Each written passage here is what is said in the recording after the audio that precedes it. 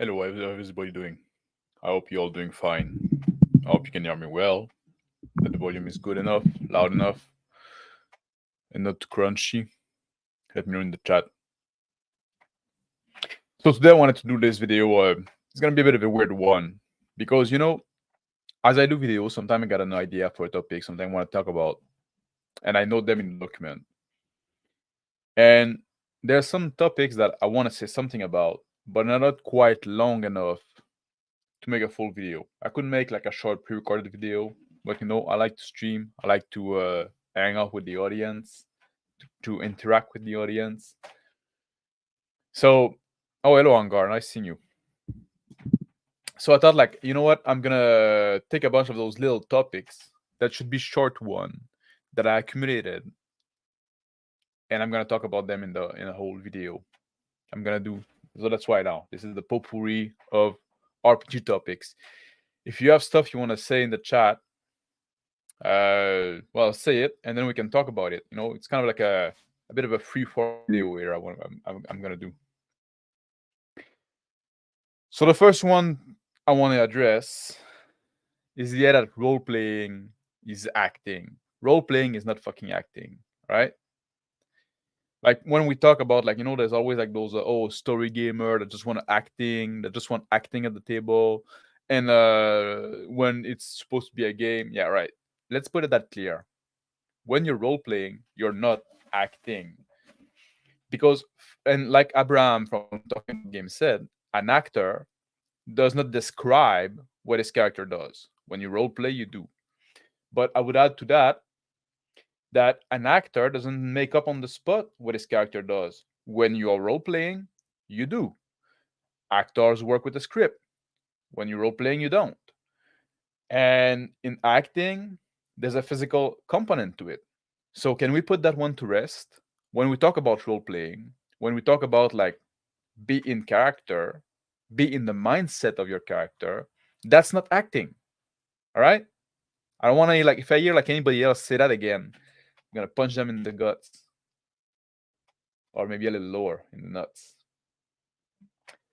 Role playing is not LARPing. That's another one that fucking annoy me. You can role play in LARP, but LARPing doesn't mean you role play. And when we insist that people should try to role play, we don't want them to LARP. Like in LARPing, there's a dress up element. I don't want you to come to my table dressed up. That's gonna be annoy the shit out of me, and it's gonna be a distraction more than anything else. When you're LARPing, there's a lot of focus on the appearance of your character because of this dress up element. That's not what I want to focus about. I don't want you to focus about that. I want you to focus about the psyche of your character, his psychology. Hello, Crafting Gamer. Hello, Crapphone, Guardian of the Rune, Johnny, GM Johnny, and Marzaik, or Marzaik. How do you say it? And in LARPing, your body is your character body as well. Like you're not gonna do like somebody that's is wholly different from you because it's gonna break the idea of the LARP. So again, another one that we can put to rest. No, role playing does not equate. Like when we ask people to role play, it doesn't mean that we want them to LARP. Hello, Tyler, Flame Zombie. Don't miss out the show that we do together on Thursday evening at 2000 EDT. This week we're going to talk about character creation. You say, propping in for a bit. I've got Plumber coming over soon, so I don't know how much I'll stay low. That's all right. At some point you learn to do your own plumbing. Another thing I want to talk about, fairy tales change over time. If you look at a fairy tale, and I think that's important to a role-playing game, it's relevant. You see in a Grimm fairy tale, and if you compare like the Brother Grimm fairy tale and you compare them to the Disney version of those fairy tale, it's quite a different thing. The Brothers Grimm fairy tale were dark, cautionary tales that would teach you a lesson. Disney took those fairy tales, took away all the caution, and they added like the safety. It is happy ending, and there's no real threat really, and it fucking destroy like generations of women now. But have your role playing game more be like the Grimm. And I think a lot of the wow, they try to do like Disney fucking fantasy. Do Grimm fantasy. And I'm not like Grimm with 2M, like the Brothers Grimm, you know. Have your action, like the action of the character, have consequences. You know, if they always like, if they don't, they can always come out on top, always wiggle out a very stupid decision they do. You're not playing the game right, in my opinion. Not playing the game right. I can talk about that. I'm not an RPG snob. Sometimes if I come here, I give you advice.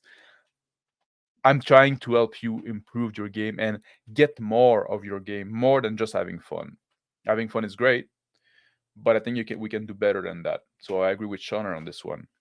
Not on just on this one. I agree with Shauner on a lot. But but ultimately, I don't fucking care how you how you play your game. You know, if it's not in my taste, I don't have to join your table. Yeah. Tyler say Flame Zombie. Oh man, no one's know what LARP is. People think Emma is LARP, TTRPG are LARP, everything but actual LARP is LARP. Yeah, that must be annoying too for people that are in LARP, into LARPing. But and EMA is another one. Yeah, like people like confuse like EMA with LARP, with Battle of the Nation, with all those kind of thing, role playing. Grapon say real role play is describing what your character is doing in a way that makes others feel like they're in the scene with the character. It's a weird concept, but you know it when you experience it. Yeah, like I often say that I think the crux of role play is when you get into the mindset of your character, when you override your own thought process with the thought process of your character. Yeah. Oh, you would like Jinro. Central metaphor is Red Riding Hood and the old gritty version. I like Jinro, actually. I've seen it. It's been a while. I should rewatch it. Yeah. I'm only at fun. Well, fun is good, but you can do more. Board, SCA, HMB, Bond, yeah, M1, exactly. All those things that like can look similar from the outside, but yeah, they're not quite the same thing. Rule 0. A lot of people talked about Rule Zero. I have something to say about Rule 0, but I don't have enough to make a whole video about it, so I'm gonna cram it in here. I think you should know and understand the rules of a game before changing them. But people that worship rule as written, raw, they think too much of modern game designer. You know, many games nowadays are badly designed. And many games are not fucking playtested. You can tell just by reading them. Some rules are just fucking clunky. And I would even say that you don't need to play a game before knowing that our rules won't work out. If you've played enough game, you can just like on first read, you can say like, well, this is kind of a stupid idea. This is kind of clunky. You know, I've been reading Castle and Crusade lately. Hey, Nerdy Ogre, how you doing? And Full Metal Dragon, nice seeing you. I've been reading Castle and Crusade lately, and there's one like in the Siege engine. Like it's fairly rule light, you know. There's not much. The Siege engine, there's something that fucking bothers the shit out of me. Like your character gonna have like primary attribute and secondary attribute, and if you do a test with the primary attribute, your the base difficulty level is gonna be 12, and if it's a secondary attribute, the base difficulty level is gonna be 18, right? Okay, that's simple enough. And then like the GM can add on top of that. That's simple enough, but that's fucking backward. Because now it means that the difficulty to accomplish a task doesn't depend on the task, but depend on who's trying to accomplish it. And the GM, before the GM gives you a challenge rating, he has to ask you, oh, is that one of your primary or is that one of your secondary? And then give you the challenge rating based on that. That gets in the way of role play because now we're talking out of character. We have to fiddle with the mechanical bit. Yeah, of course the GM might know like, oh, this might know each character, which are their primary, which are the secondary. But one simple fix for that, just say that every fucking base challenge is 18, but if you roll with your primary, you can add 6 to your roll. It's mathematically the same thing. It's mechanically the same thing. But now, if a task, if everybody tried to climb a cliff, it's the same difficulty for everybody. But some people will do the roll with their primary, which is gonna give you them a +6, while other people are gonna do the roll with the secondary, which way they won't have this bonus. So now, just like this little change there gets the rule out of the way. You don't have to have like this mechanical interaction between GM and player. I don't know why they didn't think about that. Those Channel Brother, is that Channel Brother? Yeah, like when they made that game, like they went backward with that. It's anyway. That was a bit of a tangent, but Rule 0, yeah, you can read the rules and say that make no sense. If you read enough of them, at some point you get a feel for it, and you can tell. The problem with Thief, D&D, like the first version didn't have to have thief, because the idea was like, well, every character is a thief. That's what you do. You're a grave robber. You go into dungeon and you get loot. So basically, that's what you do. You're a thief. Like Conan is a thief. But there's this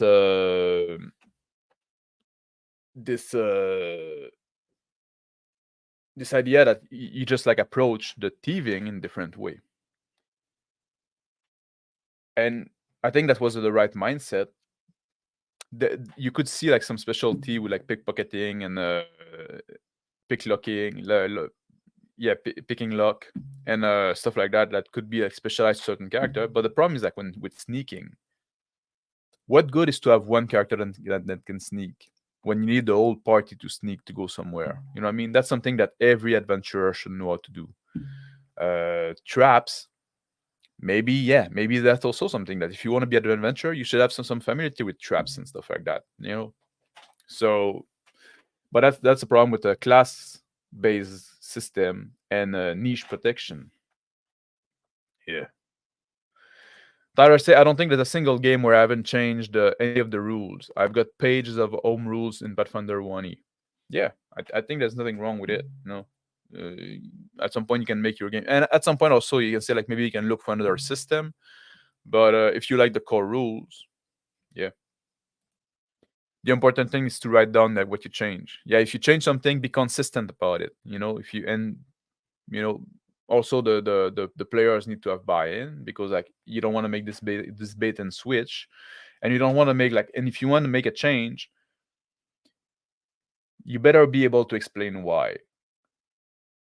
Even if the player don't ask, you need to know why you're making a change. Otherwise, maybe your change is not sound. Maybe your change is not warranted. You don't make it just change on a whim.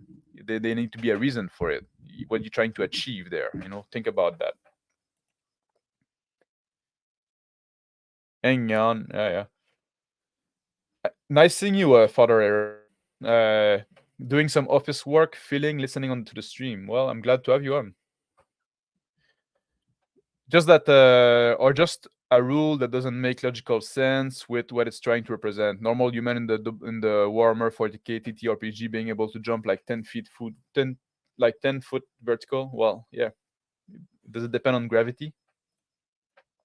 Whoop, that's 101. I like the tale of the Manticore Thieves Guild. There are thieves, class, character, fighter, cleric, magic user. The guild's about the activity of the class. Exactly. I think that's an important point.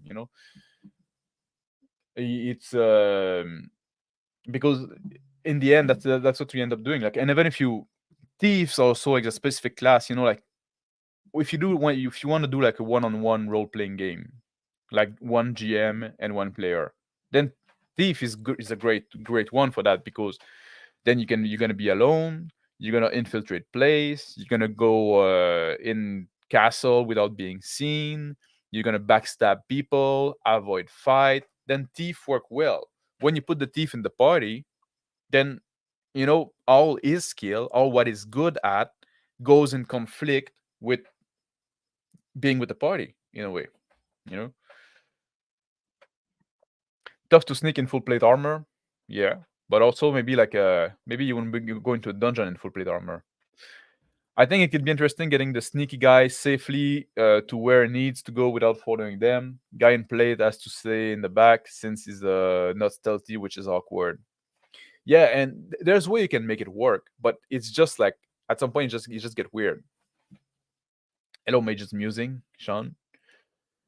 Yes, my format for home rule is rule change, why it sucks raw, why the change fixes it. Yeah, exactly. You need to be able to explain that. Awkward finding a guy in plate who doesn't belong in your dungeon, whether he's sneaking or not. Yeah. Oh yeah. One last thing I want to talk about. This is gonna be like a rather short stream, just like little like unless you have like other thing you want to talk about, or just put it in the chat. If you want like a if you have a specific role playing question you want to ask, put it in the chat because now like it's this collection of like short topics that maybe I just have like a one liner or two to say about. But one more thing I want to talk about is this idea of the player don't ask questions to the GM, and this is oftentimes like something that can seem like insane. You know, like what do you mean? Like the you just sit there silently? Like what do you mean the player don't ask questions to the GM? If people don't get it, they don't get it. So I'm gonna explain it to you now so you can get it. What we mean when we say the player don't ask questions to the GM is that you don't ask question out of character. And we say that like an absolute. Obviously, there's some case when it's gonna happen. It's not the end of the world. It's try as a player not to ask questions to the GM. Have your character ask question to other character. That makes a big difference because that keeps you in the roleplay zone. Oh, sorry for the dog. Francis. No barking. So have your character ask question to other character. It's gonna help with the very similar to the lot. And if there's no character around, and you know there's some writing in there's some writing around the door, like around the frame of a door. Like, don't say like, "Can I read the writing?" Say something like that would be like you as a player asking questions to the GM. You say, "I look at the writing closely and try to decipher them." Then you're saying what your character does, and then the GM is gonna reply to that. You know, so that's what we mean by when you say don't ask the player don't ask questions to the GM. That's what we mean. It's not like it's not that we just do this weird kind of game where like you just sit silent and silently. No, you just like you do talk, but you say what your character does. You say what your character say, and that should get you like 95% of the way there. Depending on the system you play, like some system like does require like have like a more like a mechanically fiddly bit. You're gonna say like how much you roll and stuff like that. That's all right. But if you want to know something about the world, tell how your character interact with the world, like what he's doing there to see it. Yeah. Sean say, I haven't met a game I didn't want to outstool, but I still try to see how the rules work out practically before I go fiddling. Yeah, that's a good habit. But also oftentimes like a lot of the game, like sometimes like you're gonna see this rules, say, oh, I've seen this rule before in that game. Sometimes it's gonna work differently in that system, but a lot of things we see repeated. Does anybody belong in the dungeon? Some people belong in dungeon, but that's for a different stream. Not as explored though. I think Sunday will work. Oh yeah, okay, there. Oh, are you cooking something, guys? Mage's musing and Father Aaron. Are you gonna have a game together or a talk? You cooking something? Can't wait to see that. Describe how you observe the world. Look at your research and compare it to the instant writing. Exactly. Like that's the right approach. You know. Yeah. Or just say like, I look at the script. If you have a skill like that, you're trained in ancient language, and you say like, I approach the door, like I observe the script and I try to recall what I've learned in the past. There you go. Now you just said like I got this thing that I've been trained in arcane writing. Craftphone say, is it legit to give like names to a numerical difficulty level so that you can ask something in a narrative way? Or is that too much detail for player to have to remember? Like difficulty 12 is hard. Yeah, some system and some player does that. And I know like Shauner in his book even goes so far as to integrate the difficulty level in the speech in the NPC. Like let's say there's a difficulty level that's near impossible. You try to hack a computer that would be like difficulty level, and there's an NPC like, man, trying to hack this computer would be like near impossible. And then like the player, like I think this for me like seemed very hard. I never really tried it, but I think it seemed very challenging. I would say that. So roll a 7 or higher. I'm kidding, but and those if you want to give like name to difficulty level instead of number, you can just like give like a handout to your player where they're translated. But then it's just like they're just gonna look at the sheet. You're gonna say, "Oh, that's gonna be a hard challenge." Then they're gonna look, okay, that means a 12. So might as well just say 12. I have nothing against it, but I don't think it like saying like you need a 12. That doesn't bother me. That's small enough that it doesn't take me out of immersion. You know what I mean? That's out of character talk, but saying you'll need to roll to have a hard success or hard difficulty level, that's almost like add one step. So it almost make it like you don't say a number, but then like you have to translate the number. So if you want to do it, like I say, like just don't expect your player to remember them, because the worst part, if you say, oh, this is going to be the difficulty for that is going to be hard. Like Total Party skill system does that. And if they don't have like the chart handy and then say, oh, how much is hard again? Now you just fucking killed the mood. Insert name here, say everyone at the table has dual role, one in-game, one out. Player, character, world, generator, GM. The don't talk outside of the world denies this duality. Well,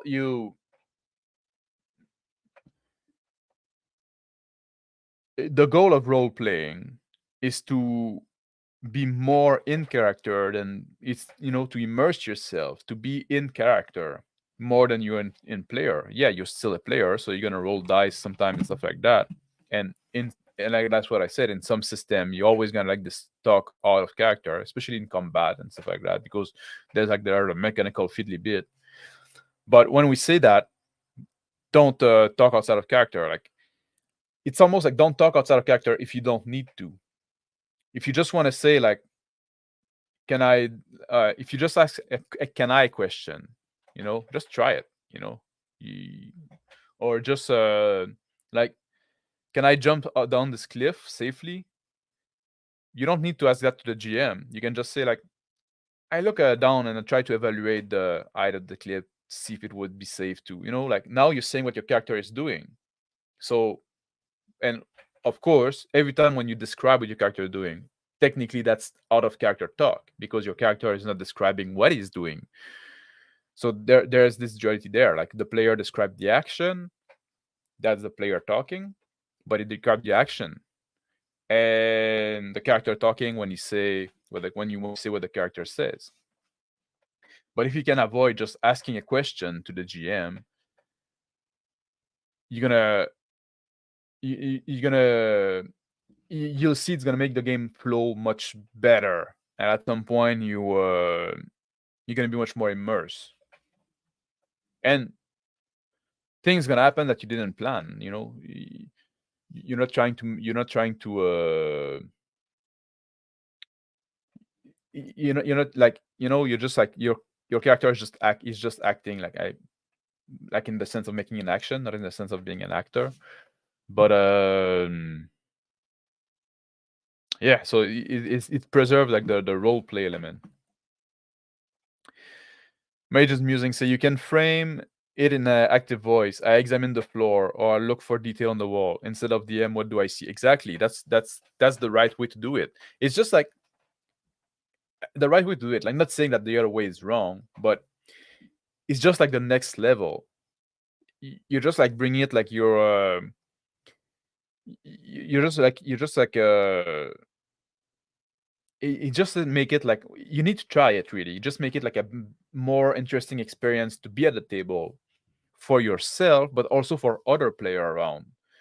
Because now, when you create the scene in your mind, not constantly being pulled out. You can just see, like, now the other players say, I do this. Now you see in your mind his character doing this. So it's just like it just like really gives you like get you a better immerse. The GM is the OOC world reference source. It expected that it will be tapped for this role often. Yeah, but like again, like I said, you you don't have to for the you don't have the player ask the GM for a question. That's always like say like don't say like oh, is there a blacksmith in town? You arrive in a new town. Don't ask the GM, is there a blacksmith in town? Why would you know that? It's the first time you go to that town. You want to know there's a blacksmith in town? Do what your character would do. You go see an NPC that's nearby and you ask him, is there a blacksmith in town?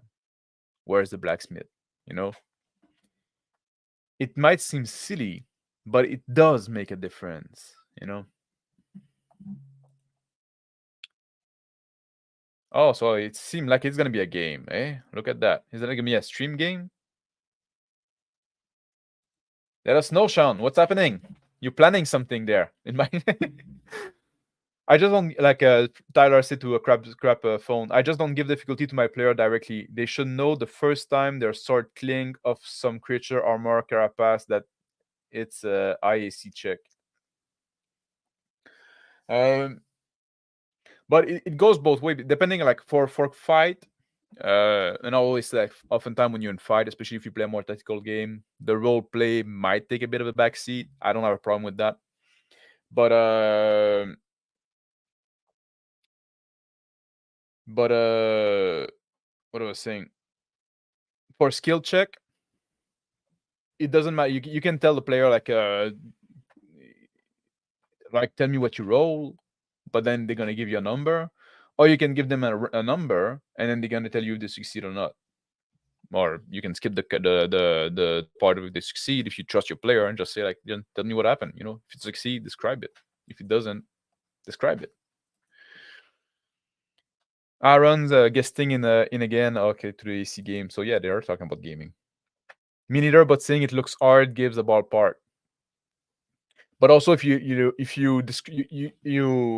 can just like, oh, they want to climb a cliff. You can say, well, the cliff is very steep and smooth and wet. You know, all right, it's gonna be hard. I get it, but that depends also on your player. Some player like you can leave them like you can be more vague and you can trust them that they can even pick themselves like a difficulty level, kind of GM for themselves. I'll talk about that at some point.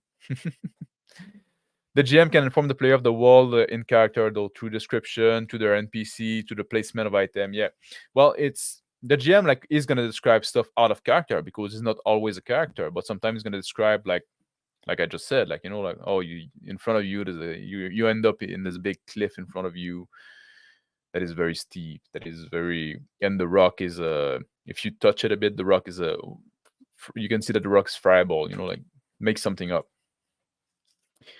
I think I can like this computer seem like a DC 15 check to me. Some people talk it like some nerds talk like that in real life now. You can see that. Oh, critical fail.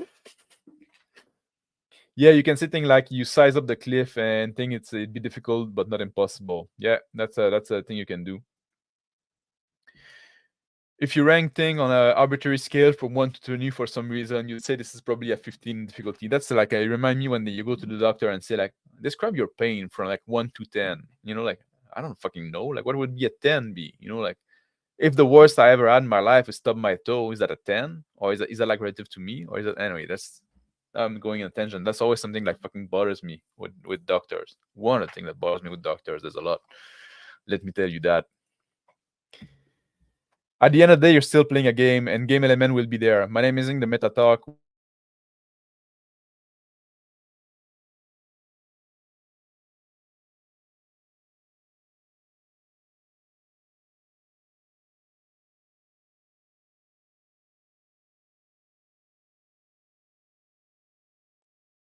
I lost my connection there for a second. I'm not a super purist when it comes to gaming. When it comes to roleplay, I mean, like I don't mind. Like I just say like keep it small and if avoid it if you can. Like sometimes it's just like not necessary. There's a better way to do it. But I'm not gonna try to kick you out. You know what I mean? I'll take you as you are. Hopefully not leave you as you are. No matter may I question. Exactly. Like can I do this? Can I do that? Try it or describe what you're trying to evaluate. Yes, I can live with. I use my feet. I roll a 17. I roll sense motive. I roll sense motive is a tough one though, because are they trying like? Are they trying to? Are they rolling without you as a GM prompting them? Like I could live with roll your sense motive, but saying I roll sense motive, it's a bit more tricky. And okay, I can talk about that as well. Like that could be fit in the potpourri. We often say that the player should not roll unless the GM asks them to roll, right? That's usually that's usually a good rule. You know, don't ask the GM to make a roll, and don't roll and say, "Oh, I rolled for perception." Roll and then say, "I got a 19. What do I see?" Don't fucking do that, right? That's usually the good rules. In some game with some groups, especially when I'm a player that also are GM and stuff like that, and player you can trust, and you have like the same kind of view of the game. Sometimes I let them roll, and you don't tell me. I'm not gonna ask you to roll. You don't need to tell me that you roll. If you try to do something that you know would require a roll, just make the roll. Look at your number, and through my description, you can like you cannot do that with people that try to win. You know, if you're people that try to make the narrative like be believable and stuff like that, that try to preserve verisimilitude, you can do that. Just make your roll when you think you need a roll. You know, if we're oftentimes it's in skill based game, you know, you try to climb a tree. You know, there's a climbing skill. It's on your character sheet. You can say I try to climb the tree. You make your roll. Cannot do it. You know, you don't need to tell me the number. You don't need to tell me that you make the roll, that you try the roll. You tell me like I tried to go to the tree and I tried to climb to have a better view, but I cannot get purchased on any branches. Fair, you know, that's fair, but that's to be used very sparingly with the right type of player. Other than that, just roll when the GM asks you for a roll. You should be using your OOC reference out of character, OOC out of the game, as a GM during the break or before or after the session. Yeah, that could be a way to do it. Yeah, out of character. I got it. I knew it. No, nothing fancy. No stream game. Usual OSCs Friday, but occasionally we do special off day session for people who can do. We can do Friday. Oh, I see. Well, that's fun. Having some gaming. As a RPG, this game don't need enough game language to pull off the game side of the rules. As RPG, these games do need enough game language to pull off the game side of the rules and can often help give player a shared game experience. Yeah, I'm not like completely against any game talk, because yeah, you're still playing a game together.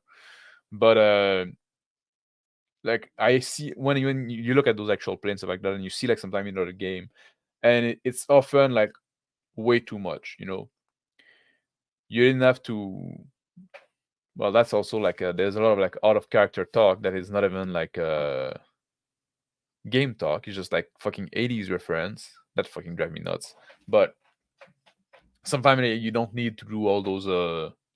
You can like kind of integrate the game mechanic, what you do, into more natural language if you're describing what your character does. Hello, Jaeger. In my experience as a GM, no reason not to tell a player the target number. We still role play the same. Yeah, that's something I agree with. Like, I'm not like that doesn't bother me. That's not something that bothers me. Maybe one day I'll change, but for the moment, like that's fair enough. You can be more in character when the entire event is fueled by large tomes of mechanics and rules that exist outside the story for the purpose of generating the world. The GM is the avatar of that. Large tome of mechanics and rules that exist outside the story for the purpose of generating the world.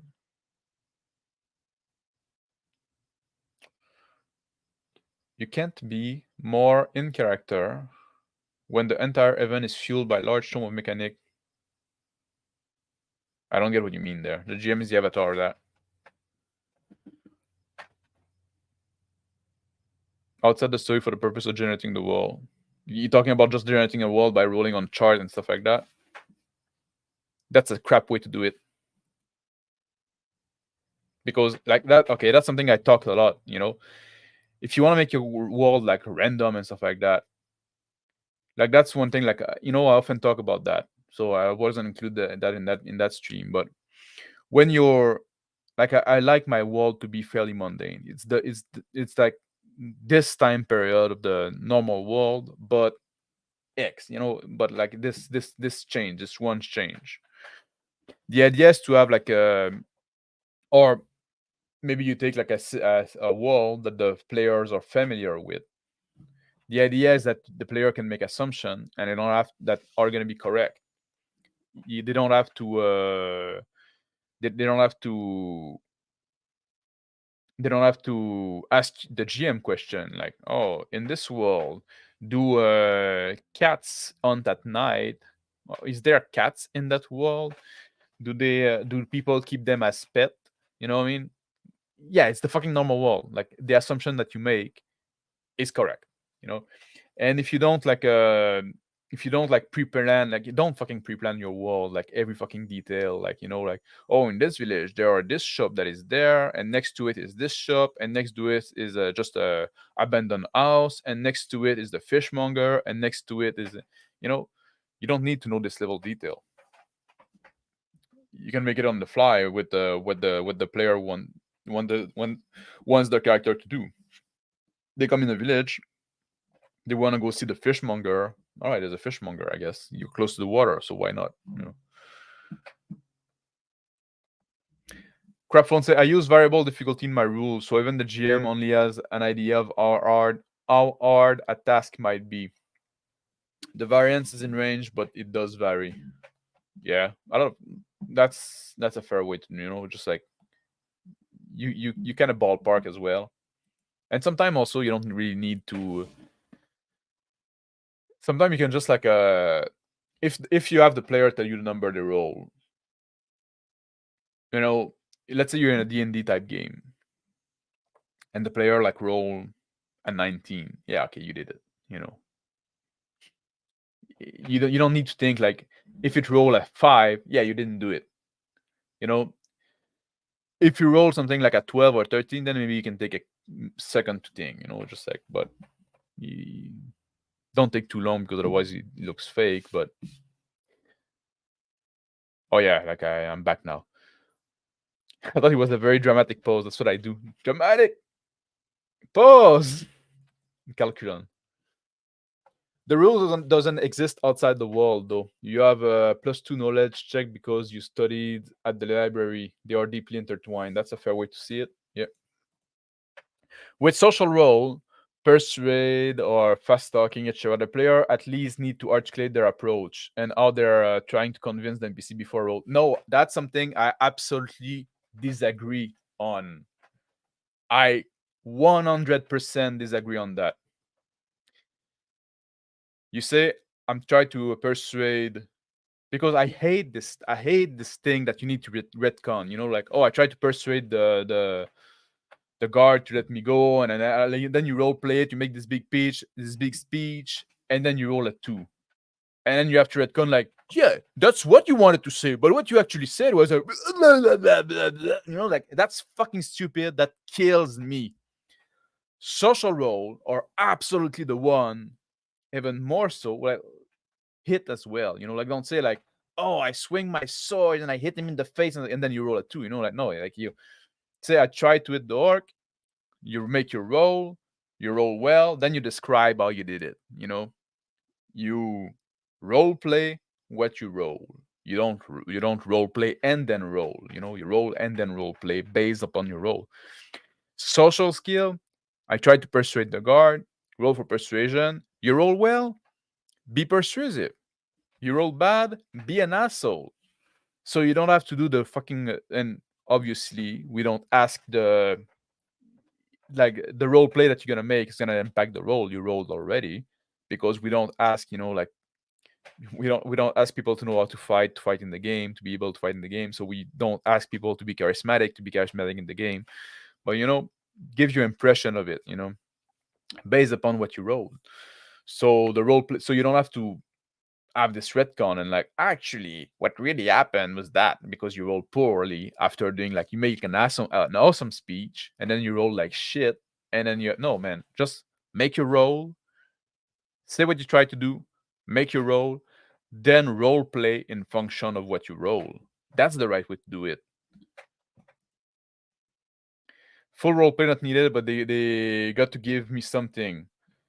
And because also like people say that like, oh, I'm gonna give you a bonus if you make a good speech, and like as a player, like that's kind of unfair too for people that are not super charismatic or not well articulated and stuff like that. And then you can say, well, don't play those charismatic character. Then, yeah, it's kind of suck. You know what I mean? Like, would you say like the weak people not to play strong character? You know what I mean? So no, just like, yeah, I want you to role play the interaction, but let's make the role first so you know how to role play it. You don't need to be as charismatic as the character you're playing, yeah. On a scale of 1 to 10, describe your pain. Me wanting to be a badass at 3. Yeah. Pick my several arm on the floor. I saw like there was an article the other day, like say like, oh, macho man or ruining science by participating into a medical study about pain and trying to prove how tough they are. So I thought it was funny. Full Metal Dragon say, as a player, I'd rather the GM tell me the difficulty than keep it a secret. It only do away with as much GM fiat as fudging as possible. Yeah, exactly. Like if they keep it secret, it can seem like a bit unfair. Hello, Bear. Nice seeing you to my potpourri. Don't care how people play. I only care about other being told that they're doing it wrong in an unfair manner. More so the blind mission of controlling other people's speech because role playing. Well, like I said, like when I say that, like I'm just saying like I'm not saying it's wrong what you do. I say, but I say you could do better. You could do you not better. You could get more because it's not like I'm trying to help here. I'm not saying there like I'm not telling you like what you, like the way you play games doesn't affect me in the slightest. I don't fucking care. When I say like I don't say like, oh, you need to be, you should be better. Why? You could be like the best fucking role player ever, or you can be the worst fucking dog shit role player ever. That has zero fucking impact on my life, unless I play with you. But I most likely won't. When I say try to do that, it's so you can get more from the game experience. Maybe you don't want more. Maybe it's not something that interests you. But that's something you have to understand. I'm not trying to dog on you. I'm not trying to tell you that the what you're doing is wrong. Well, it's not. It's not wrong. But maybe you're not getting the most you can of the hobby. Maybe you're getting everything you want from the hobby. That's your call to make. That's why I'm saying I'm not a role playing snob. It doesn't. I don't fucking care how you play in the end. But I see some people sometimes that engage in the game on a very like basic level, and all I'm trying to say like, if you try to do that, just try it and see if you enjoy the experience more. If not, go back to the old way. But it's no skin of my back. I'm just really trying to help. That's true, but it can create awkward moment when you go, oh crap, I told them it's 18, but I forgot that, so that it's actually 20. At some point also you just say, it's all right, like 18, 20, what the fucking care, you know. Where if you don't show the threshold at all, you skip that. Yeah. If you say you're making a steak and show me a picture of a burger, I'll say you're not making a steak. It's a burger steak. Still steak. The GM is like the voice of the world. Yeah. That's and every like NPC and stuff like that. That's a fair way to put it. I don't disagree with that at all. It doesn't mean I'm going to stop from making a burger, but I'm going to call it what it is. Yeah, well, and yeah, I'm not gonna stop you from making a burger, and I'm not gonna say that what you eat is crap. You know, like whatever, man. I'm not the one that has to eat it. Mistake. A false equivalence is bad argument. I can control the speech of anyone, even player at my own table. I can tell them to leave though. Yeah, exactly. I'm a huge fan of a player-facing role, so that they're always rolling dice and engage mechanically as well as from a role-playing perspective. I'm not I never liked but I guess that's like my gamist side, you know. I love rolling dice too. So I've never been a big fan. Like I'm not a big fan of like player facing game, like a game with a player facing role. But I don't really hate them like on principle. You know what I mean? It's just like it's not my jam. I like uh I like a lot of game. Mostly, I like when resolution is are made by opposed role when it makes sense. I don't like games with a static AC or like in a playing facing role. They're gonna be you're gonna roll. The player is gonna roll against a static AC to it, but then when they attack, they have to roll a defense roll against a static attack number. That's one thing I don't like. I think combat should be solved with opposed roll. So, but that's just my preference. Yagar say a mundane, human-centric world give players solid foundation that makes the magic and monster actually magical and monstrous. Yeah, exactly. Like the if you keep the most of the world mundane, then the fantastical element, and that's something that Bear said in the video the other day. Like you talk about like keep it simple, stupid, or like kiss principle, and he says the dog shit. I don't agree with that. If you keep like the world fairly mundane, one, it allows the player to focus on role play a lot because you don't get distracted by the bell and whistle, and you don't make the world the star of the show. You make the character the star of the show. And when there are fantastical elements, they do feel fantastical because they're outside of the mundane. If everything is fantastical, then it becomes like everything becomes like mundane in a way. So that's my view on that. Like I think like some like and you know there's some people like we call them nerds that like to dig into the detail and the lore of the world and stuff like that. Most people don't like that. Most people don't care about the lore of the world. Like you want the world to feel consistent, to feel real and stuff like that. So having lore and having a deep, well-developed world is good, but that's not what people like read story or watch movie. And that's why a lot of like sci-fi movie and a lot of fantasy movie fail because they they make the setting the star of the show instead of like, and then they forget to write good character, they forget to write good dialogue. But that's what people relate to. Human beings relate to other human beings. You want to have a world that they can evolve in, and but the world is there to serve the narrative. Like it's a place for the character to evolve in, but the story is about the character. The rules create the world, otherwise you wouldn't need them. Well, you need them to resolve action, stuff like that. Hello, Justin and Flady. Social roles, get in character, just say it. That depends on because if you just say it, if you don't roll, then you limit the characters that the player play to what the actual like player can do. Some system, like even in like, I'm a big fan of Pendragon, and you don't have any intellectual or social skill stat attribute, because they say your character is as intelligent as the player is. They say it straight up. So you don't have like an intelligence stat, and I'm all right with it. But I'm also all right. That depends on the game system you play, on the type of game you want. If you want to allow people like to play people that are smarter than them, or people that are more charismatic than them. It can also be hard for players sometimes to play characters that are dumber than them. So I'm not against that, but I'm okay also. Usually I tend to say like, it's fair if you have like social skill, intellect skill, and stuff like that. I'm okay with that. Clarification on social role: you don't role play it out first, just a sentence or two what you are trying to do. Exactly, like that's what I was saying. That's what I was saying. Yeah, exactly. You say like, I try to do this.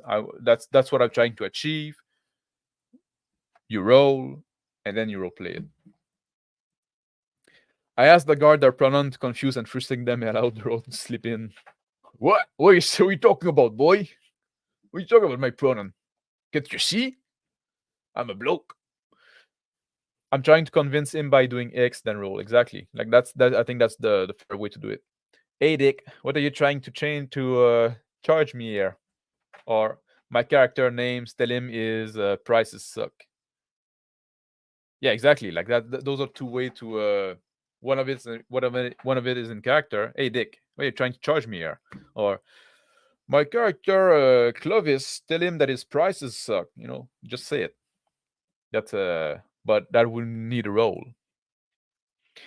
You don't roll the NPC reaction the DM does. Ideally you don't see the roll, just roll play as you're going to, and your charisma modifier will affect the outcome, which is on the DM to role play. Yeah, I'm not a big fan of like a reaction roll. I know that's a big debate. I don't really care, because I like to just go with what makes sense. And also, like there's some randomness, but sometimes you don't need to roll an actual dice. You can just like make. Can people make that? You kind of roll a dice like in your mind, in your head. You just like make a decision, kind of like, oh, this guy's gonna, you know, you don't really need to roll the dice. But I'm not like I don't play a game that is it's a cooperative game. We don't play a game that is that is competitive. The GM and the players, like I provide challenge and opposition to the player, but I'm not opposing the player.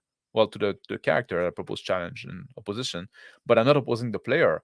We all together trying to make a cool narrative about their character. So yeah, they have to understand that the game's jewels are the word physics engine. Yeah, but at some point, like you don't always you don't need a role for everything. Y-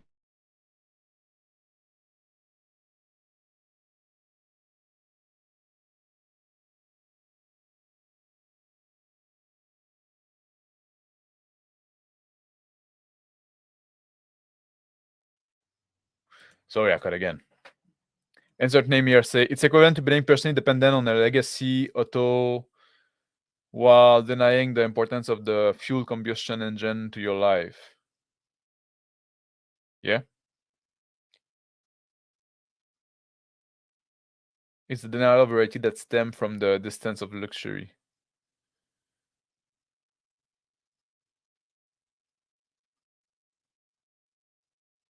I'm not sure what you're referring to here.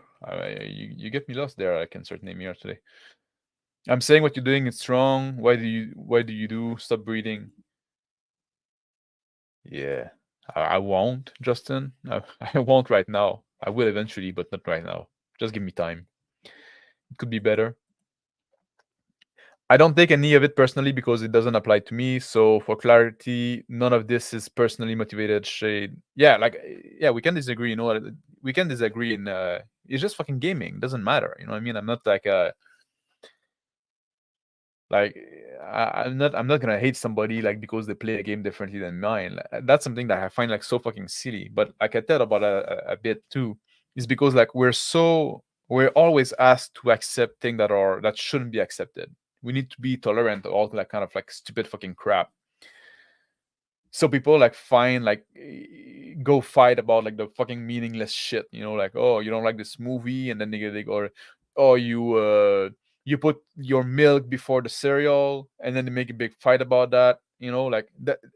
All this is fucking meaningless stuff, but we like always have to tolerate all kind of fucking crap, that we got all this tension build up, so we release it in like stupid stuff. But I don't do that, you know.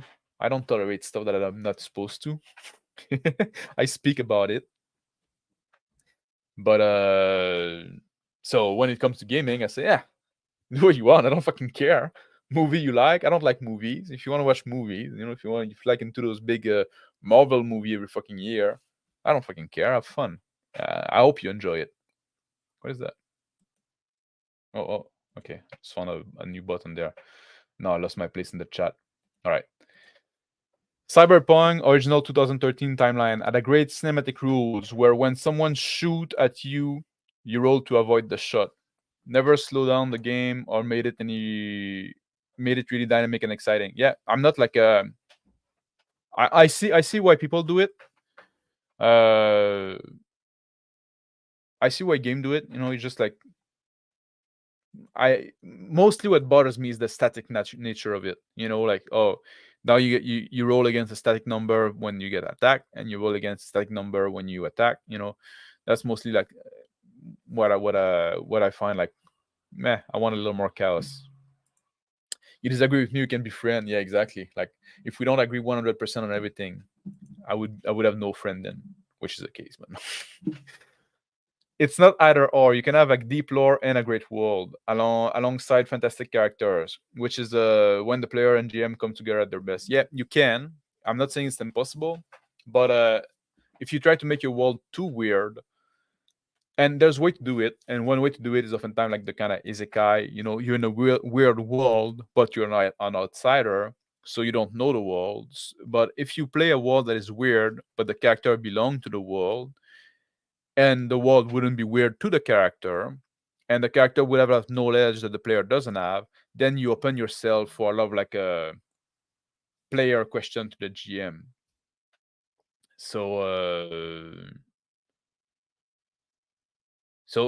I'm not saying it's impossible. I'm saying it's challenging, and in my opinion, oftentimes not really worth it. If you, but again, that's my opinion. You know, just like I don't think those weird world that are complex and stuff like add enough to for the work they require and for the risk of having those GM questions. I think people do like lore, but it has to be good lore with plausible and realized setting. Yeah, oftentimes also like that's something like people like don't think of all the implication. They add something to the world, and they don't have all the implication that this thing would have. And then like, and if you do think about it, then a lot of things like come into contradiction and doesn't make sense. Good lore, plausible and realized setting. You can't have a great character without the solid foundation of a setting the character can belong in. Yeah, and just borrowing from the real world, I find like it's kind of like a hack in a way. You know, it's a cheap way to have lore that your player would be familiar with, and that is good and logical and consistent because it fit what we know with reality. Bear abide.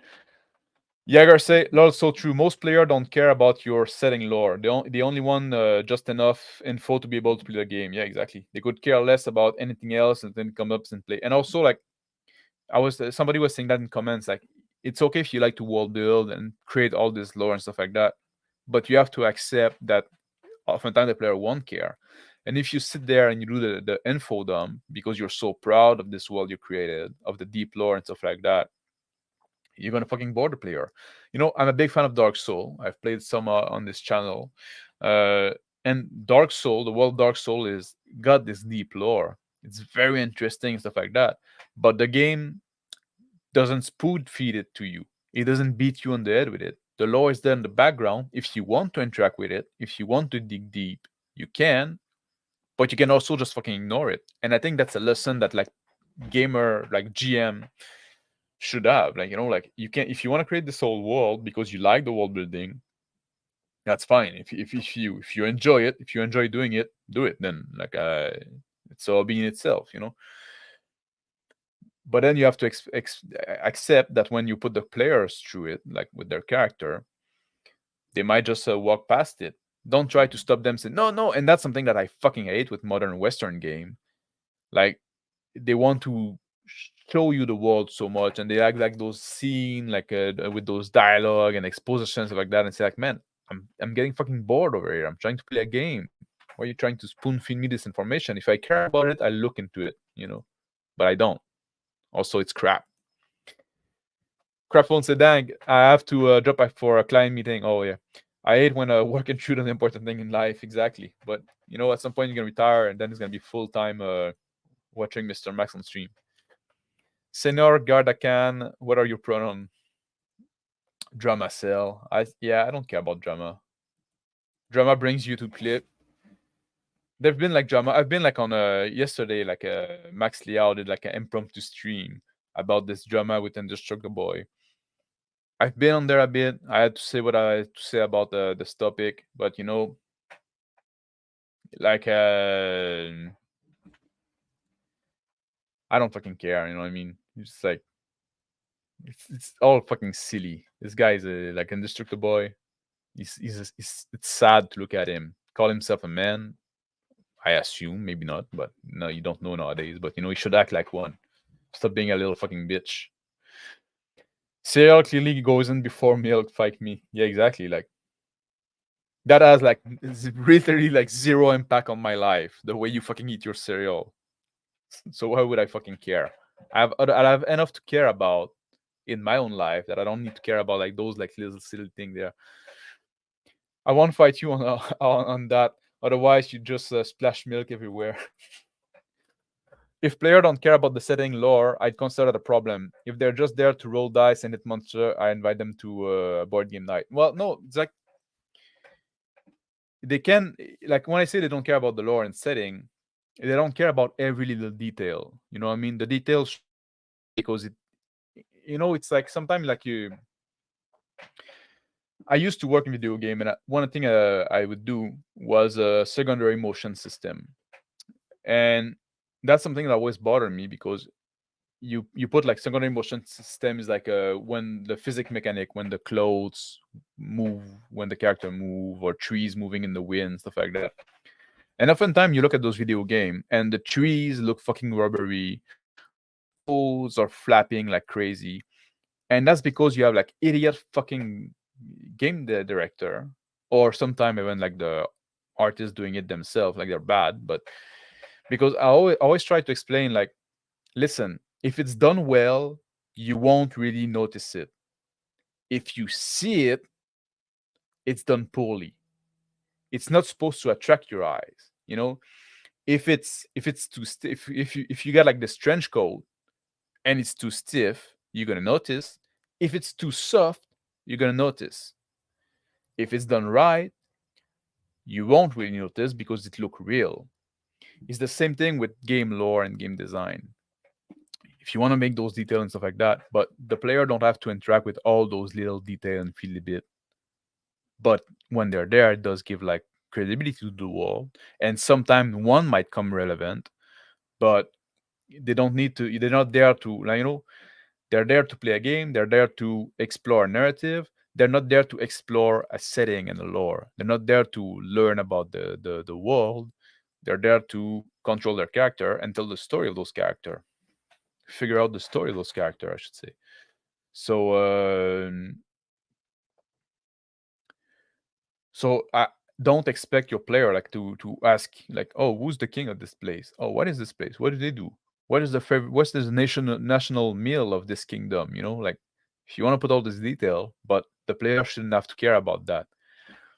But if you do have those detail, and then they go to that kingdom, and then you don't beat them on the head with it, but you know, like, oh no, like they're eating like those this clam chowder or whatever because like that's a national meal, like, and there's a clam chowder festival, and then like you every corner there's a clam chowder, you know, like don't beat them in the head, be subtle about it, but it does add something to the world. It can get contribute to that an identity. Fun fact: Mac's favorite movie is the Rocker Horror Picture Show. He has a life-size standee of Frank-N-Furter just off camera. Draw your own conclusion. Did I ever turn my camera that you can see it? I think I tried to keep it out of frame, but maybe it showed at some point can happen. They don't need to spend hour learning about it out of game, but interested in game. Yeah. Good evening. Oh, hello, Alcyon. Are you the same? I see sometime like Alcyon H. Are you the same guy? Lore is for tourists. Games are for gamers. Lore.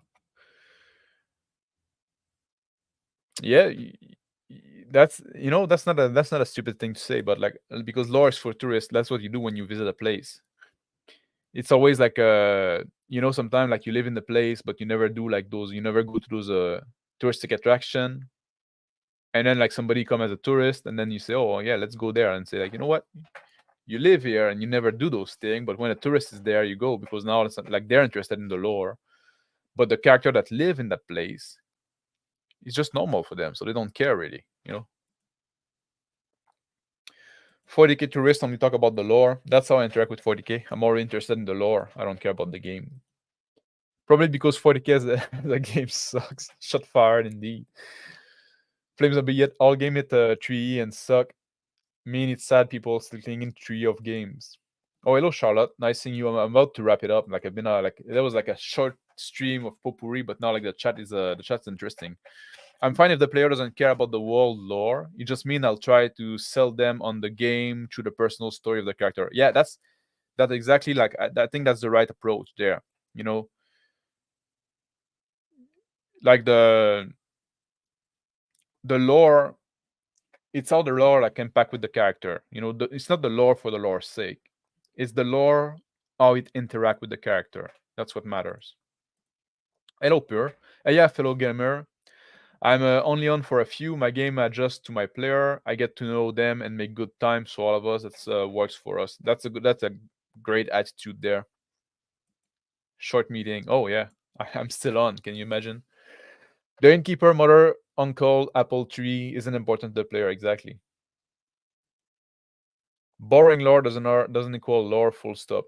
Well, like that's something too. Like boring or interesting. That's things are not boring or interesting in themselves. Is if you pay interest to them. Something is going to be boring for somebody and something is going to be interesting for somebody else. But the interestingness of a thing is not intrinsic to the thing. It's how you pay when you get interested in it. Lore should mostly be more funny. No, now it's become like a big lore thing. The lore, the world tree though, is the world tree.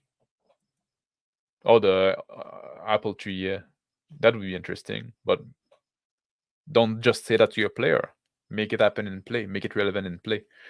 In our lore, I'd say the Afghanistan war is pretty important to inform our characters and track with the world and each other. You think so?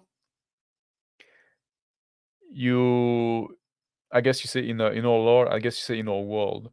Like most fucking people live their day without thinking about the Afghanistan war.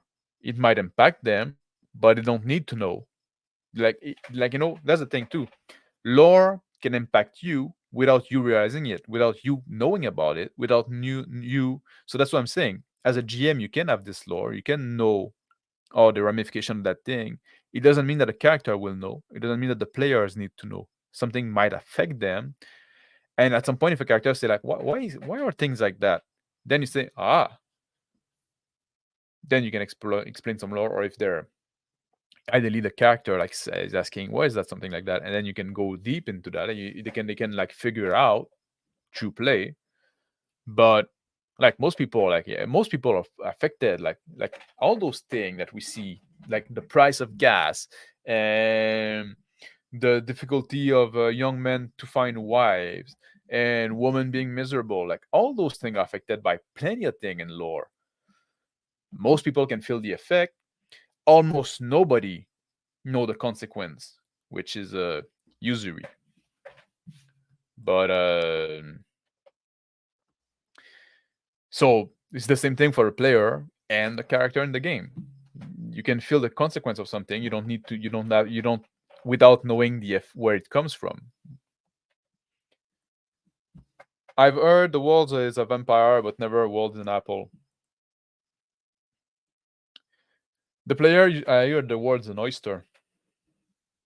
The player usually have a little to no reason to know about the ancient empire that built all the realm. Yeah, exactly. Like something can happen, but the fact that we eat hamburger is less important though. Although we eat hamburger more often than we think about most people eat hamburger more often than they think about the Afghan war. Think about that. What's have more impact in your daily life, or what's more conscious in your daily life? I always thought give a player a summary of important common knowledge in writing before the game. Avoid boring, artificial, in-play lore dump. Yeah, and that's also something you should know your player about. Some player are more invested and will take the time to read it. Some player will just fucking ignore it. So and that's part of why I often say like keep your world mundane. Just do like, oh, it's this world but X. So you can take shortcut. Like I'm not saying like it's the BN and end all. I say it's a good way to make like you have like a world, you have a setting for your game that is good enough, but it's a shortcut. If you want to do like this whole thing with like you and even like I'm a big fan of Berserk.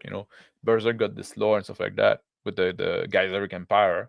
You learn about that pretty late in the story, but you can still like there's still ramification of this thing in earlier in the story, and you can still go through the story of the character. You don't have to know all the lore behind it. So lore is not needed to get into the narrative of a story.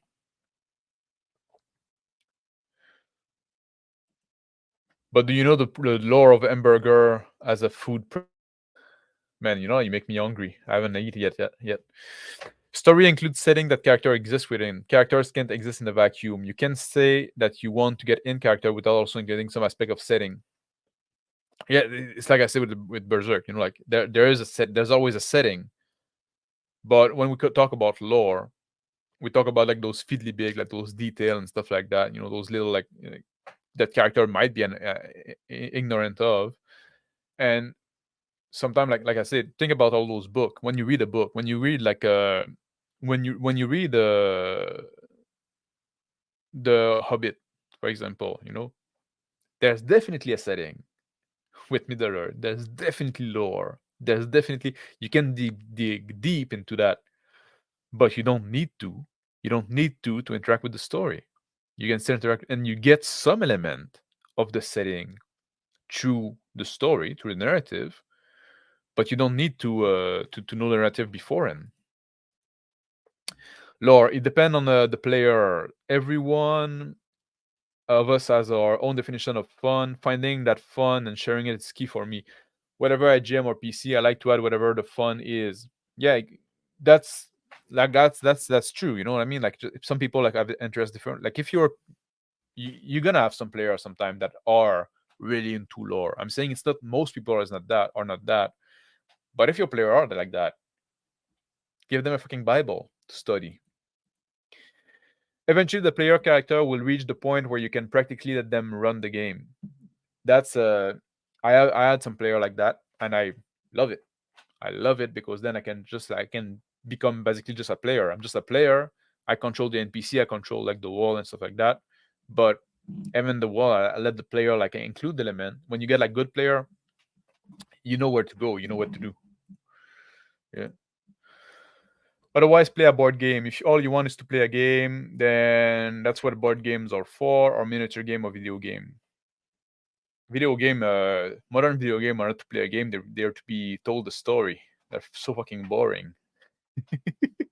I like video game when you play a game, but now like every fucking video game, you need to be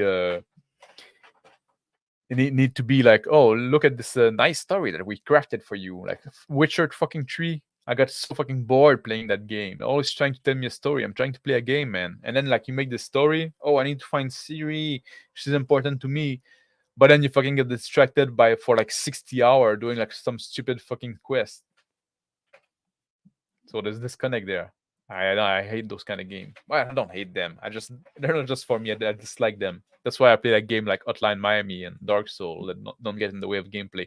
Or Mountain Blade Warband, which I might play tonight actually. Oh, I need something. I need to say that like Charlotte is here.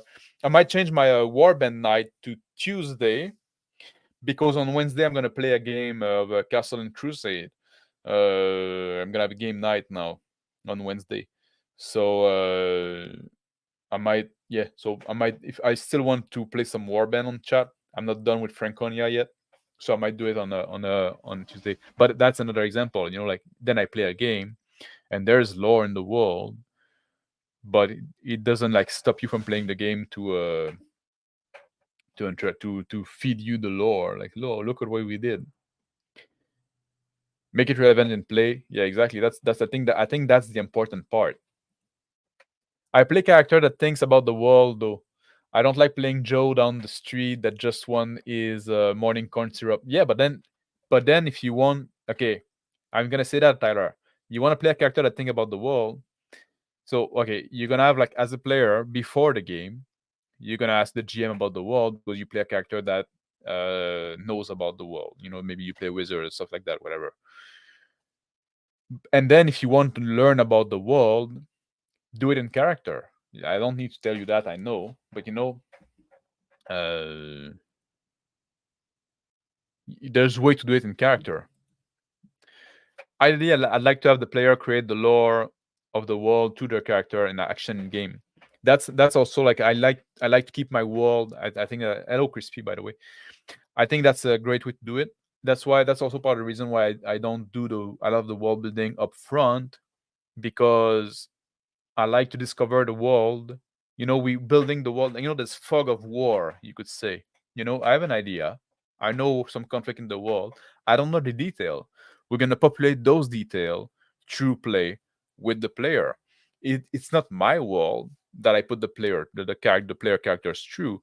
It's our world. It's like that we figure out together. So that's why I like to keep things somewhat vague. I have the big line maybe, and of somewhat a restrained region oftentimes, and then we figure it out through play. We discover what happened. That's my favorite way to do it. Then I can get surprised, and I say, you know what, that's interesting. A good hamburger is better than a pizza. That I agree with. I'm a big fan of burger. Big fan of burger. I don't eat much anymore because I'm low carb thing, stuff like that, whatever. But eating hamburger is very important, dude. But then I haven't lunch yet. Yeah, I fuck man, now I'm hungry. Most people don't know the deep history of their living environment. They just know it's the environment they exist within. Exactly. They don't realize all the little thing. I think about the military industrial complex a lot because of the F-35 program creates like top 3 job in my state.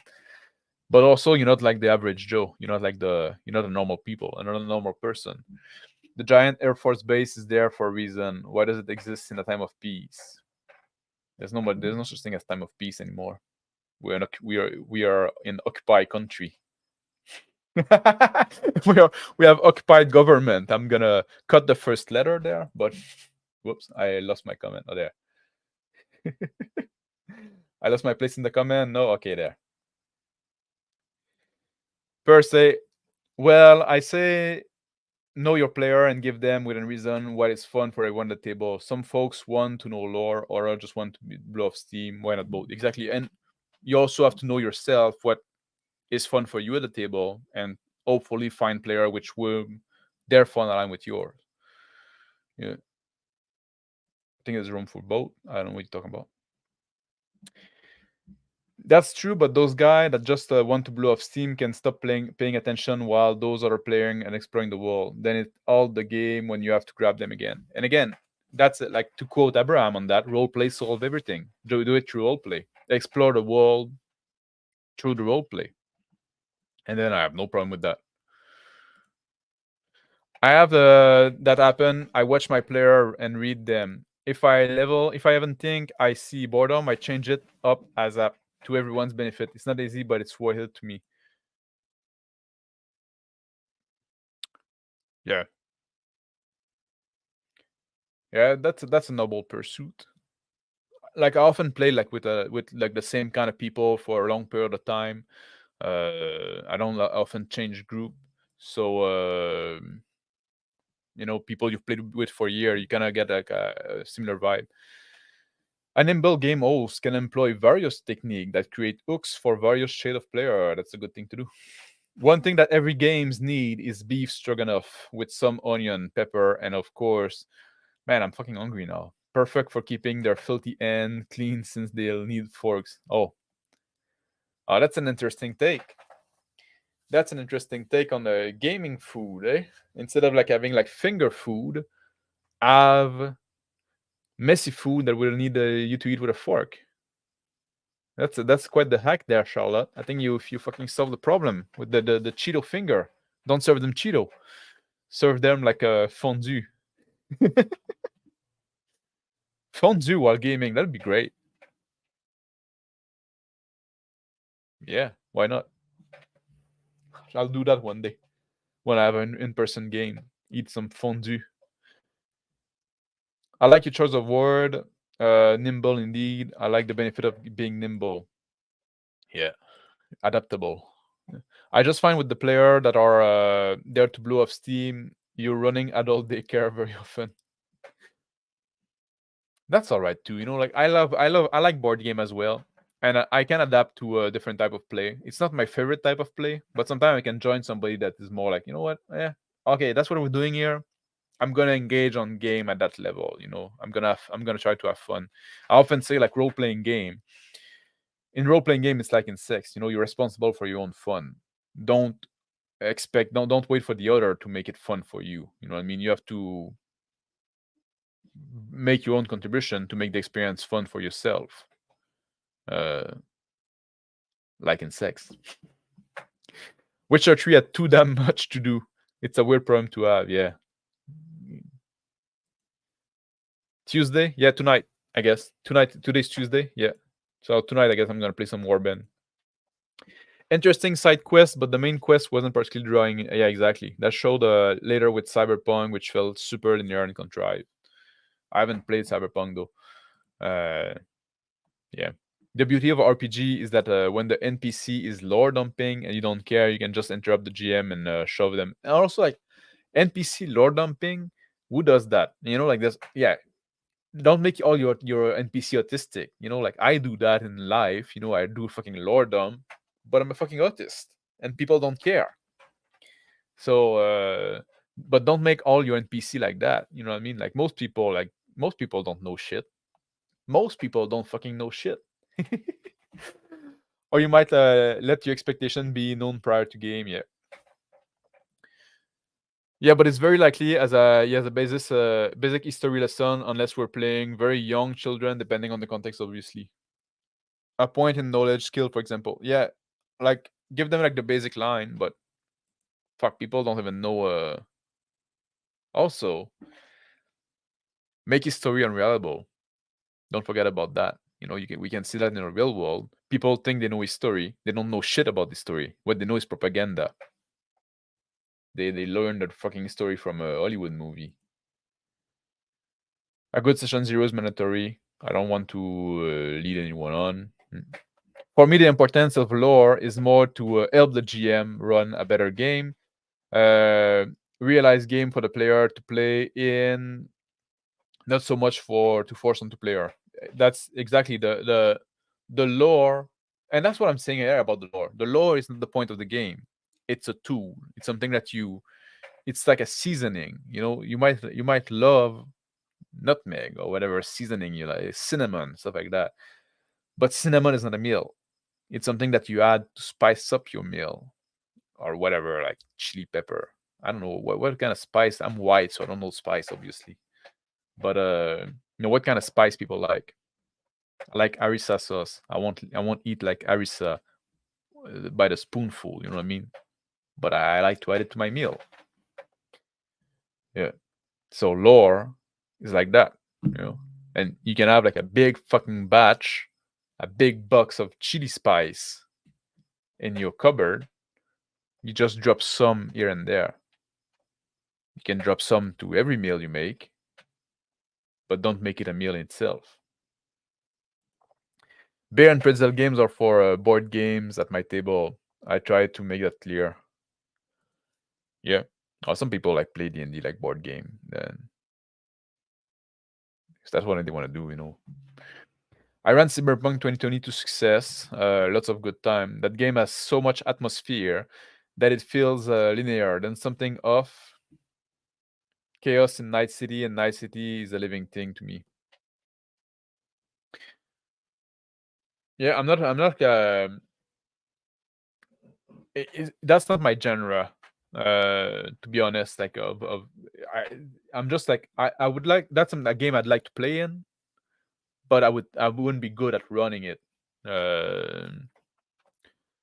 Maybe Cyberpunk 2020 because it's a little more like grounded in kind of like it's a little more realistic and dystopian. I think like the only vision of future I can have is a dystopian one. But I see you appear. I'm gonna wrap it soon there. Like I'm just going to chat the quote. Oh yeah. Tired out would have enjoyed last night's stream. People having fun. I'm a known hater of fun. That's why I teach martial art for fun. Yeah, exactly. Fun is overrated. You must know yourself because your fun is important too. Exactly. I just tell you what I have fun with SCA guys. I have fun eating people with bamboo stick. I prefer my stick eating to be a bit more refined. Yeah, exactly. I that's a good example. You know what I mean? Like different people. Like you can do an activity that might look similar on the outset, but when you dive deep into it, it's a different thing. Yeah. Retro future is tricky to run. Yeah. The Earl of Sandwich is deeply important character in my game. He wanted to, we're talking about gamer food a little earlier. That's what happened there. He wanted to eat his meat while playing card without making the card dirty. So he would hold it with bread. That's how the story goes, no? Jaeger, you can do your initial game lore on one page of bullet points, no? Then you take notes and remain consistent, making it up, introducing lore as you play. I think that's the right approach to it. Have your initial lore, just like big line, and then you fill in the blank, you fill in the detail through play with the input of the player. A year later, you have a rich game world. That's what I like to do too. And then you don't have to teach your player yet because you discovered it all the way together. Fondue that should make your woke player happy. Why is it? Because like cultural appropriation? I love fondue. Yeah. If nothing else, a good meal will help keep them coming back. Maybe hamburger gravy over an American biscuit or a simple piece of bread. I prefer the stroganoff. That's true, but if they're getting in the way of fun, gotta get them out. Naughty, yeah. To make biscuit and gravy for lunch. Oh man, all this talk of food. That's what happened when you do like those lunchtime stream. Every NPC does have a wall of text to read in your game. Every NPC has they all have their own story, which is at least 100-page novel, and every time you interact with it, it's like when you go to the grocery store. You have to go to know all of the clerk story. Oh, who are you before oh, how you do, my good sir? How's the weather finding you? No, just talking like, take my money and let me get out of here. Yeah. Lord Dom, Diversity should have wiped his mouth with after the dump he took on stream. Oh, I didn't watch. L is addicted to drama. CP 2077 seemed to have the issue of running. Oh, Cyberpunk 2077. 2077. Is that the 2077? That's a mouthful. Seem to have the issue of running out of time to write variation. Also, a lot of people speculate that Johnny Silverhand main plot was a change of direction. That's possible when they like could have happened when they nailed Keanu Reeves. They might have like they might have like made this part more important. I remember in Far Cry 3 when they had like this speech by I think his character was Bosch, yeah, about the speech and the trailer about the definition of insanity. Then this character that was kind of like a third tier character became like much more important because people reacted so well to it. I always assume the GM is an honorable narrator. I think that makes for the best moment. Yeah. Well, it's like the GM. I like that, like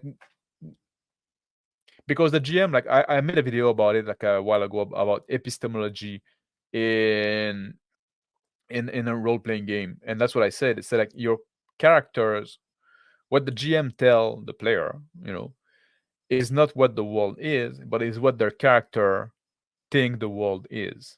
You know what I mean? So there can be a disconnect there. So yeah, in that sense, the GM would be an unreliable character. But like when what the characters knows to be true can be different than what is actually true. I think that makes for a great game because then you can have like those twists there. Oh, I hadn't considered that getting Kenyu for him last minute. Yeah, that's something would happen.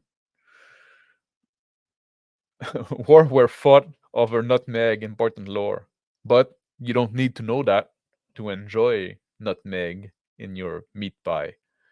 Yeah. I make a mean salsa, very spicy. I love a spicy salsa.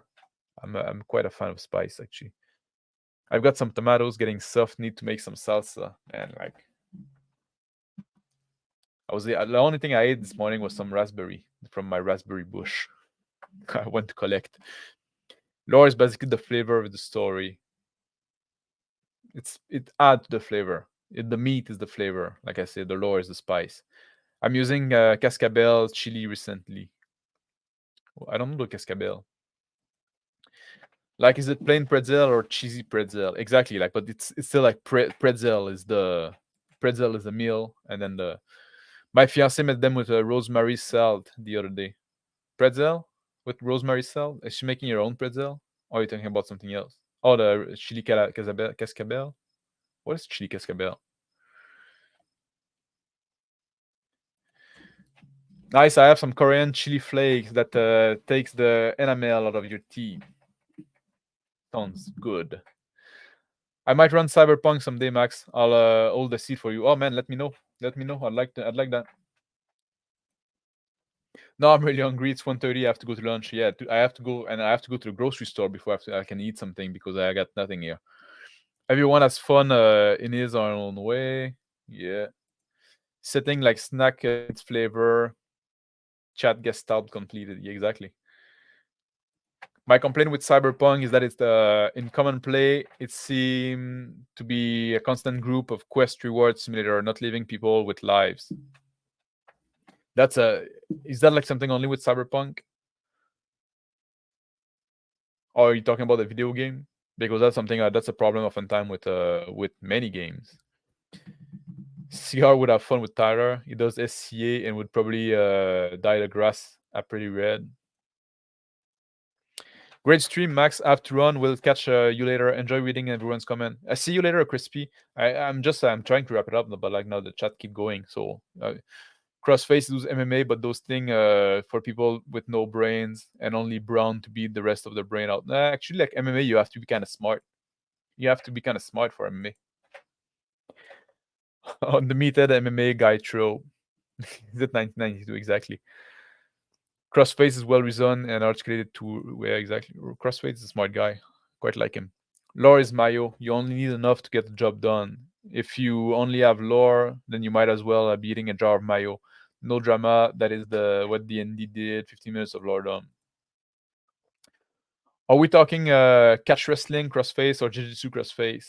Do you know why BGG guy used that word the way they do? Catch wrestling? I don't know what word you're talking about. I like the approach of this is what your characters know, whether it's actually literal truth is not for the player to know. Exactly. Like I think that's an important thing. Like when you give lore to your player, always remember that. That's what their character knows. Doesn't mean it's actually what it is. Todd the wrong. He doesn't know how people played in the 80s. He wasn't alive and refused to listen to. Well, that's again like I like Crossface. I'm not gonna talk shit about him. I like when rumor tables have just false stuff there. Exactly, but like not even like just rumor, like just like history. You know, oh, you thought it was that. Then you dig a little deeper and you realize, wait, what you've been told is wrong. Wait, the good guy didn't win this war. We were the bad guy all along. And now the consequence and the world is shit because we beat the good guy that was trying to solve the issue. I'm not making any real world reference here. Oh my. But, you know, people like good guys, like the winner of war always describe themselves the good guy, and then they retcon the history to make the other side, the bad guy. You should be okay if your player doesn't discover all the lore. That's an important point there, Rick Steele. The whole fun of discovery is the fact that you may not know everything. It adds a level of mystery and make the world feel bigger. Yeah, and always leave them wanting more, so they can keep digging, keep looking for, keep searching. From what little I've seen, I think the Johnny Silverhand plot was already there, but when Keanu got involved, they reworked it into the main plot. Yeah, I think that's very likely what happened, in my opinion. From my experience in the video game design world, that's very likely what happened. Yeah. I think if they make a cyberpunk movie adapted from 2020, they have to take Kenny Reeves in the movie. Yeah, they should. Kenny Reeves is a good actor, you know. Yeah, like I guess like the lore topic became like kind of it was like this potpourri thing, but now people like talk about lore and lore delivery. It's almost a shame that I didn't make a whole stream about that. I'm curious whatever topics where since I was an hour late. Well, like the topic like I was just like starting making a potpourri, like a collection of little topics that I have something to say about, but like very short, not enough to make a whole stream about it. I decided I'm just gonna roll them out into one, but then I talk about lore a bit, and then like I guess like people got interested in that. People want to talk about lore and how to use lore. Maybe I'll revisit that someday. The topic today have been about the good and evil of lore and how hamburger are better than pizza. Yeah. Hamburger are better than pizza. Although pizza can be fucking delicious. A good pizza, thin crust with like a lot of like cheese, like blue cheese, and yeah. Setting and role play, stay in characters, and don't go out of character unnecessarily. That's a good. Yeah, that was a good one as well. Plumber here, yeah, fun. Getting your pipe plumbed. I agree entirely with Mr. Max on Crossface. He's a solid enough dude that I don't have no interest in being part of shit talking. Yeah, exactly. I'm gonna wrap it up, guys. I need to go to grocery, get some food, and then eat something. I mean, you can always do another stream about lore specifically, and I probably will actually because I see like people are interested in that, and now it's like at the end of the stream, mixed through the chat. So I'm probably gonna do something a little cleaner, and I'll probably come back to this topic. I realize I got stuff to say about that. Jaeger say, I have a friend that works for Crystal Dynamics. People would be very surprised how chaotic and organized AAA video games development actually is compared to how they think it should go.